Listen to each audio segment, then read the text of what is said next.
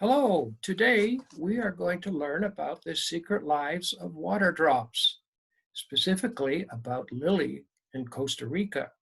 So let's begin with episode 1, Lily and her adventures in Costa Rica. In the twinkling sunlight in Costa Rica, water drops quickly change shape as more droplets appear, the music of their arrival like a symphony. Dozens of droplets arrive simultaneously on the same large papaya leaf, almost as if they have appointments, or perhaps they are waiting for the morning train to some distant land. Of course, here in Costa Rica, the trains are very limited and could certainly not travel to several different countries as one might when taking the fabulous trains of Europe. Nonetheless, each droplet has many stories to share about its own strange and extraordinary journey before arriving on this particular leaf on an exotic fruit tree in the middle of the jungle. For example, Jaguar tells that he had dropped off of the wing of a passing toucan yesterday in the late afternoon. He brags that he had barely cleared the hillside on a wild ride as they followed another toucan before being shaken off. Here, Marigold describes being swept up into the dizzying heights of a rain cloud out in the Pacific Ocean for 3 whole days. She dramatizes her landing on this very branch in the middle of last night's storm and hanging on for dear life as the wind shook the leaf, hoping to avoid the long fall to the jungle floor. Marigold begins to tell stories about several of her many friends and shares that she is concerned about her friend Iris, who's missing after the lightning storm. Sadly, she doesn't expect to see Iris again. She continues talking at length about her many adventures on various islands across the Pacific during the past 4 years. As she goes on and on, some of the other droplets on the leaf start to shy away and start their own conversations, but a few are trapped in the corner of the stem and become the unlikely recipients of Marigold's lengthy banter. On another edge of the leaf, there is a tiny droplet who has been crying softly. It seems that the young child has lost her mother, who probably bounced off the leaf a few minutes ago when the wind shifted during the temperature change as the sun was rising. The droplet is surprised by the colors of a strange creature sitting on another part of the leaf. She turns in the other direction and sees a bright multicolored drop that seems to be coming closer. The larger drop quickly turns bright orange and announces that her name is Poppy. Immediately, the small white droplet feels comforted by the young teenage water drop named Poppy.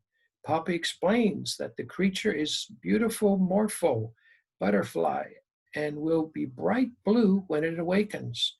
She tells the child that Costa Rica is a magical place with colorful water drops, fragrant flowers, and fantastic animals. Poppy continues with a funny story about baby birds playing in a nest when one accidentally eats a small twig instead of a worm. Even though the child droplet still misses her mother, she starts to giggle at this story and soon begins to sparkle and grow a little larger. That is what happens to water droplets when they find a new friend. Poppy is named after the California poppy. She is bright and colorful and came to be in a field in Sonoma County near a dairy farm. She assures her child that they will find her mother somewhere near the tree. Poppy decides they should play a game to help the child forget her worries about her mother. She finds an oily substance on the tree next to them. Then she puts some of her feet on her feet and helps the child to do the same. And together they slip and slide all over the leaf. They zoom over the heads of several droplets who yell after them to be more careful. They pick up speed as they descend onto the far side of the leaf, near the lowest portion, and land with a big thump. They have tumbled into a pile and have managed to accidentally knock a crotchety old man water drop off his bench, where he was resting peacefully watching the sunrise. Oops, cries Poppy. Yikes, squeals the child. But it's too late, and there is, splayed out onto the leaf, face down. Poppy helps him back onto the bench, and he complains that they have broken his cane in the crash landing. Needless to say, he demands an apology. A quivering Poppy says, I'm so sorry. I hope that you are okay. But that's not enough for him. How can you be so careless? He grumbles. A small child points out that there is only a tiny scratch and that the cane is perfectly fine. Poppy even offers to repaint the cane. Finally, the old man is content and introduces himself as Mr. Howler Ramirez. He is black with a golden brown mantle. He says that he is named after the noisy monkey who lives in a tree nearby and always yells and complains. Poppy and the child sharing a knowing look. Since he has spent his entire life in Costa Rica, he has decided to take a last name, just like a human. He asks the child, and who are you, my dear little droplet? The child firmly asserts her name is Lily, and she is named after the flower lily of the valley. She says that she came to be several years ago in the countryside of northern Michigan, and that this is her first trip to Costa Rica.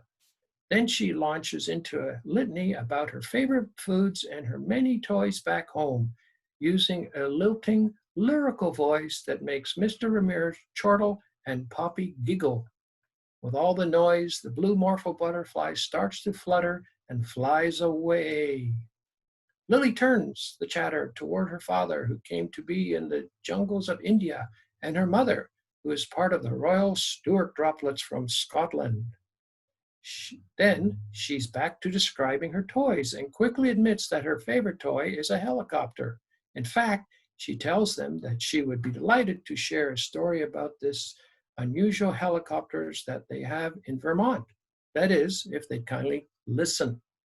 Poppy and Mr. Ramirez get settled on the bench, while Lily stands in front of them and asks them to shh, as if she is ready to let them in on a big secret.